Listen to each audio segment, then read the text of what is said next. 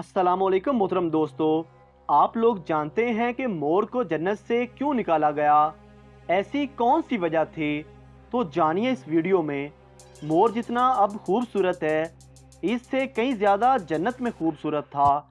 مور کی خوبصورتی پر سبھی پرندے فدا تھے، لیکن ان سب خوبیوں کے باوجود مور سے ایسی کون سی خطا ہو گئی تھی جس سے اللہ تبارک و تعالیٰ نے مور کو جنت سے نکال دیا۔ اللہ تبارک و تعالیٰ نے جب حضرت آدم علیہ السلام اور اماں حوا علیہ السلام کو پیدا فرمایا، اس کے بعد ان کو جنت میں بھیج دیا۔ وہ دونوں جنت میں بہت ہی پرسکون رہتے تھے، بہت ہی لذیذ میوے اور پھل کھایا کرتے تھے، لیکن ایک اناج تھا جس کو کھانے سے اللہ پاک نے انہیں منع فرمایا، اور وہ اناج گندم تھا۔ اس درخت کے حوالے سے بہت ہی بحث موجود ہے، لیکن اللہ پاک نے اس درخت کا نام متعین نہیں فرمایا، لہذا اس سے اجتناب بہتر ہے۔ چونکہ شیطان حضرت آدم علیہ السلام کی وجہ سے ہی جنت سے نکالا جا چکا تھا، اسی وجہ سے شیطان کی حضرت آدم علیہ السلام سے دشمنی ہو گئی۔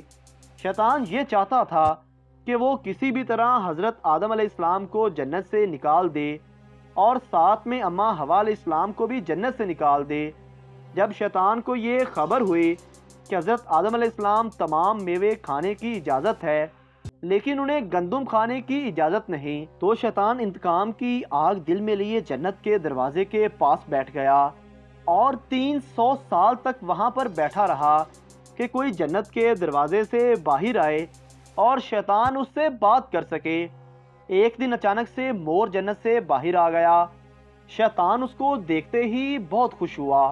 شیطان نے پوچھا، اے خوبصورت پرندے، تم کون ہو؟ مور بولا، میں مور ہوں، اب تم اپنا تعارف کرواؤ۔ شیطان نے جواب دیا، میں عالم کروبیہ کا ایک فرشتہ ہوں، میں اللہ پاک کی عبادت سے ایک پل بھی غافل نہیں ہوں، میں چاہتا ہوں کہ میں بھی جنت میں جاؤں، وہاں کی نعمتوں کا اپنی آنکھوں سے مشاہدہ کروں۔ شیطان مور سے کہنے لگا، تم مجھے جنت کے اندر لے جاؤ، میں تمہیں 3 ایسی باتیں بتاؤں گا جس سے تمہیں ابدی زندگی حاصل ہو جائے گی، تمہیں بڑھاپا اور بیماری نہیں آئے گی، تم ہمیشہ جنت میں ہی رہو گے۔ شیطان کی یہ باتیں سن کر لالچ میں آ کر مور نے کہا، مجھ میں تو اتنی طاقت نہیں کہ میں تمہیں جنت کے اندر لے جاؤں، لیکن ایک سام میرا دوست ہے، وہ شاید تمہاری مدد کر سکے۔ یہ کہہ کر مور سام کے پاس آیا، اس کو ساری بات بتائی۔ سام بھی شیطان کی باتوں سے بہت خوش ہوا، پھر شیطان کو اپنے منہ میں چھپا کے جنت میں داخل ہو گیا، اور یوں شیطان اپنی چال میں کامیاب ہو گیا۔ جنت کے تمام نگہبانوں کو یہ معلوم تھا کہ شیطان یہ چال چل رہا ہے اور جنت میں داخل ہو چکا ہے۔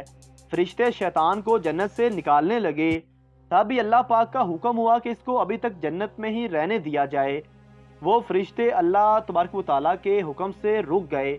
شاید یہ حضرت آدم علیہ السلام کا امتحان تھا۔ شیطان حضرت آدم علیہ السلام کے پاس اور اماں حوا کے پاس جا کر اپنی محبت کا اظہار کرنے لگا۔ وہ دونوں ہی شیطان کو پہچان نہ سکے، کیونکہ ماضی کے مقابلے میں شیطان کی شکل تبدیل ہو چکی تھی۔ شیطان کہنے لگا کہ میں چاہتا ہوں آپ دونوں ہمیشہ جنت میں اسی طرح زندگی گزاریں، ہمیشہ خوش رہیں۔ حضرت آدم علیہ السلام اس کی بات بہت غور سے سننے لگے۔ شیطان نے کہا، اگر آپ میری بات مان جائیں تو میں آپ کو جنت کی اور بھی تمام سہولتیں ملیں گی۔ حضرت آدم علیہ السلام شیطان کے بہکاوے میں آ کر کہنے لگے، یہ کس طرح ممکن ہے؟ شیطان کہنے لگا، ایک گندم کا دانہ اگر آپ دونوں چکھ لیں تو آپ کو ابدی حیات حاصل ہو جائے گی اور آپ ہمیشہ جنت میں ہی رہیں گے۔ یہ بات سن کر حضرت آدم علیہ السلام کے دل میں رجحان پیدا ہوا، لیکن ان کے دل میں اللہ کی نافرمانی کا خوف غالب آ گیا۔ جبکہ اماں حوا شیطان کی باتوں میں آ گئی، جس پر اماں حوا نے حضرت آدم علیہ السلام کو بھی راضی کر لیا۔ پھر اس کے بعد ان دونوں نے اس گندم کے دانے کو چکھ لیا۔ جیسے ہی گندم کا دانہ ان کے اندر گیا تو دونوں کے سطر واضح ہو گئے، جس کے بعد دونوں اپنے اپنے سطر چھپانے لگے اور خوف خدا سے کانپنے لگے۔ اسی دوران اللہ تبارک و تعالیٰ نے فرشتوں کو یہ حکم دیا کہ حضرت آدم علیہ السلام اور اماں حوا دونوں کو زمین پر اتار دو۔ حضرت آدم علیہ السلام کو سری لنکا کے قریب نیچے زمین پر بھیج دیا گیا، جبکہ اماں ہوا کو جدہ کی سرزمین پر اتارا گیا۔ جن خوبصورت پیروں سے چل کر مور شیطان کو جنت کے اندر لے کر آیا تھا، وہی خوبصورت پاؤں اللہ پاک نے مور سے لے لیے۔ سام جو اپنے منہ میں شیطان کو چھپا کر لایا تھا، اس کے منہ کی خوبصورت خوشبو کو چھین کر اس میں زہر ڈال دیا گیا۔ پھر مور کے ساتھ ساتھ سام کو بھی جنت سے نکال دیا گیا۔ اس حوالے سے ایک اور روایت میں آتا ہے کہ مور نے ابلیس کو گندم کے درخت کے متعلق بتایا تھا اور اس کا راستہ بتایا تھا، اس لیے سام اور مور کو دونوں کو جنت سے نکال دیا گیا۔ بعض لوگ کہتے ہیں کہ شیطان کسی جانور کی شکل میں جنت میں داخل ہوا، یہ بھی ضعیف قول ہے۔ بعض علماء یہ کہتے ہیں کہ شیطان جنت کے اندر نہیں گیا تھا بلکہ جنت کے باہر کھڑا رہا، اس نے باہر سے ہی وسوسہ ڈال دیا، کیونکہ وسوسہ ڈالنے کے لیے قریب ہونا ضروری نہیں۔ نبی کریم صلی اللہ علیہ وآلہ وسلم نے فرمایا، اللہ تعالیٰ فرماتا ہے کہ میں اپنے بندے کے گمان کے ساتھ ہوں، اور جب بھی وہ مجھے یاد کرتا ہے تو میں اس کے ساتھ ہوں، بس جب وہ مجھے اپنے دل میں یاد کرتا ہے تو میں بھی اسے اپنے دل میں یاد رکھتا ہوں، اور جب وہ مجھے مجلس میں یاد کرتا ہے تو میں اسے اس سے بہتر فرشتوں کی مجلس میں اسے یاد کرتا ہوں۔ اگر وہ مجھ سے ایک بالشت قریب آتا ہے تو میں اس سے ایک ہاتھ قریب ہو جاتا ہوں، اگر وہ مجھ سے ایک ہاتھ قریب آتا ہے تو میں اس سے 2 ہاتھ قریب ہو جاتا ہوں، اگر وہ میری طرف چل کر آتا ہے تو میں اس کے پاس دوڑ کر آ جاتا ہوں۔ محترم ناظرین، ہمیں اللہ تعالیٰ سے اپنے لیے جنت میں جگہ حاصل کرنے کے لیے دعا کرنی چاہیے۔